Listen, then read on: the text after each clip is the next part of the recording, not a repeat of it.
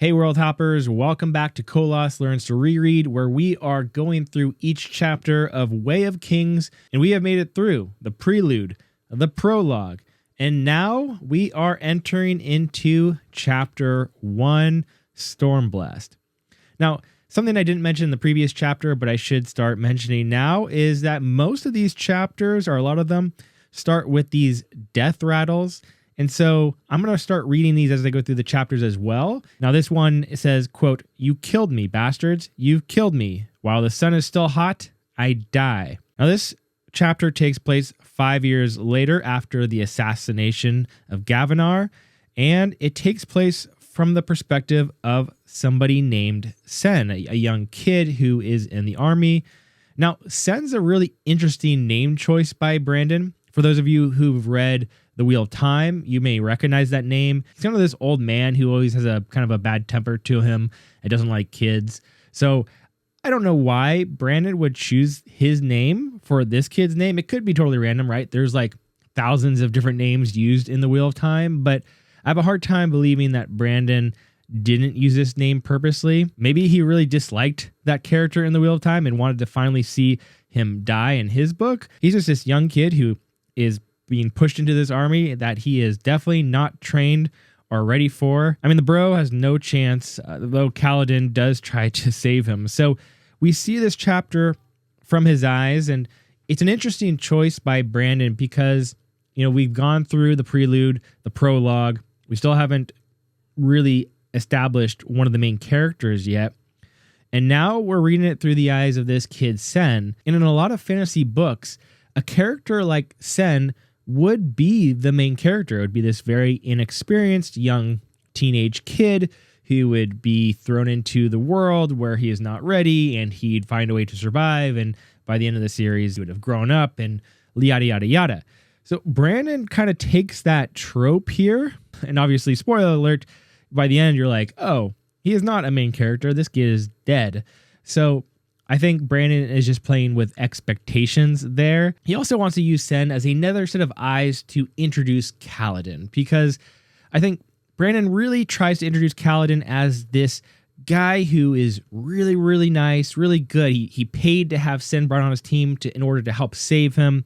He stands up for his crew. He makes sure they're safe. He bandages them up. He fights 6 guys by himself just to help save them.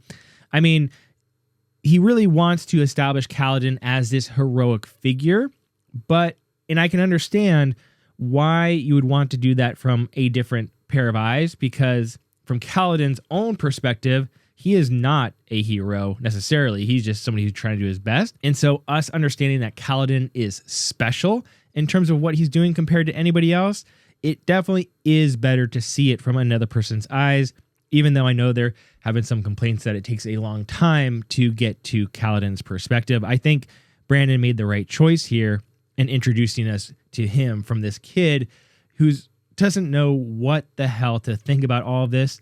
I also like reading this chapter through Cenn's point of view because it really helps establish this world in this war as chaotic. And Kaladin, at this point in the story, does not feel like intimidated. He feels in control. So I think it is a better establishment to have Cenn be the focused character here. We also meet Dalet, who is kind of Kaladin's right-hand man for this crew.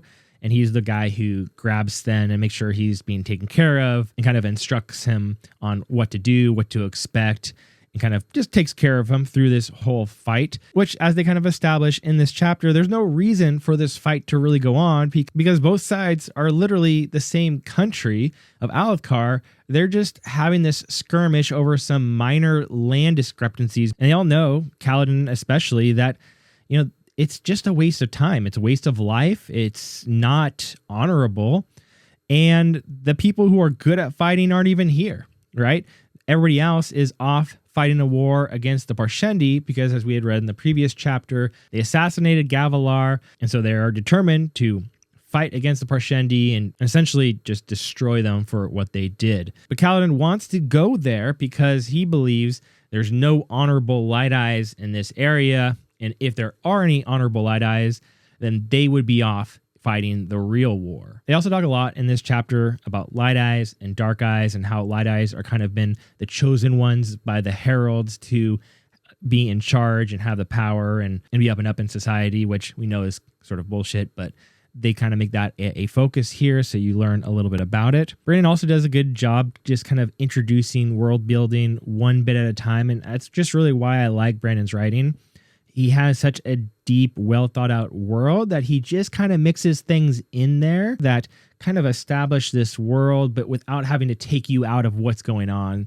And so like the example here is that Cenn's running around and he trips over a hidden rock bud with the vines that withdraw into its shell, right? And that's very different than anything you've probably ever seen or read about in another fantasy book, but it's just kind of written in the action and it just moves on. And so I really like his sort of style and how he does that. He doesn't say, oh, well, the rock buds are da-da-da. He doesn't just start talking about rock buds and what makes them different and so on. He just uses it as part of an action sequence and just continues to move on. So Cenn is just really the eyes on the ground that we're just supposed to see through. And he's just kind of mostly watching what Kaladin does as he runs around fighting guys with his spear.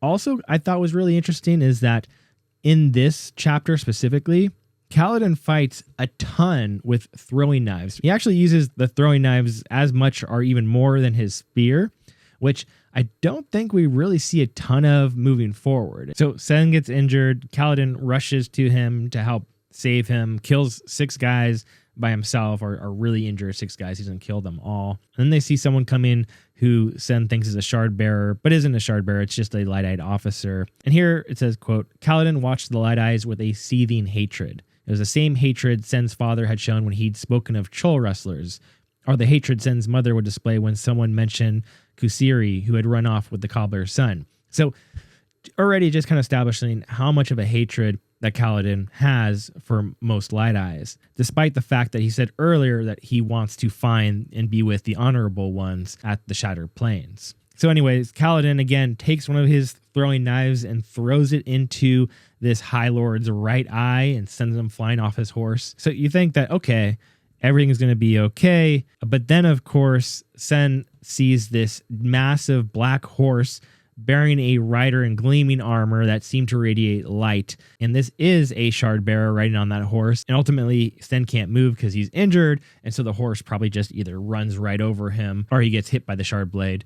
He doesn't really say, just says that Cenn closed his eyes. And you can just assume that that was the end for him. Now, this shard bearer, which we're going to see again in a few chapters as Kaladin has sort of a flashback to sort of what happened here, that shard bearer is actually Shallan's brother, who has left his house at this point and actually got the shard blade and shard plate as a recruit for the Skybreakers, who are the only operating Knights Radiant at this point in time. They're the only ones who never were part of the Recreants, where they abandoned their oaths. They're still going on, and I don't remember exactly why he is in this specific area at the time fighting against Amaram, but he is here, and of course Kaladin ends up killing him, which we'll go over more in a few chapters. And speaking of Kaladin, we're going to be moving on to Chapter 2, Honor is Dead, 8 months after this, once Kaladin has become a slave, and that will be our first chapter from Kaladin's point of view.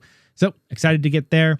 Make sure to like and subscribe to the channel if you haven't already. Appreciate you being here, and I'll see you then.